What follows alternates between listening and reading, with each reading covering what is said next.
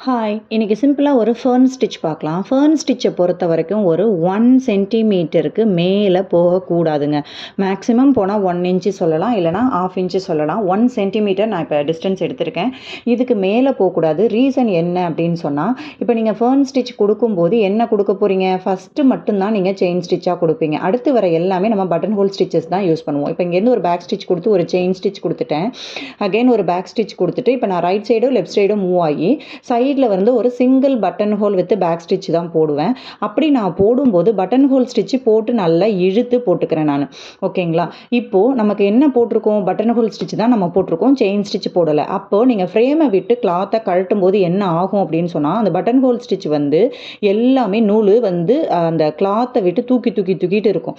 கிளாத்தோட படிமானமாக இருக்கவே இருக்காது. அதனால தான் சொல்கிறேன், எப்போவுமே fern stitch or any button hole stitches or loading stitches கொடுத்தீங்க அப்படின்னா மேக்ஸிமம் வந்து ஒரு 1/2 இன்ச் ஆர் 1 சென்டிமீட்டர் மட்டும்தான் கொடுக்கணும்.